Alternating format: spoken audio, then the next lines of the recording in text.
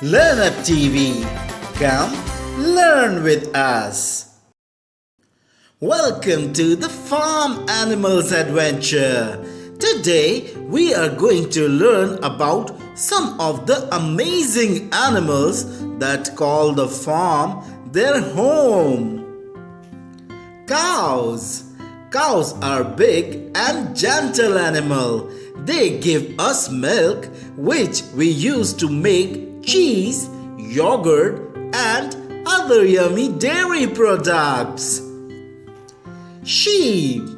Now, next up is the sheep. Sheep give us warm and soft wool, which is used to make clothes like sweaters and blankets.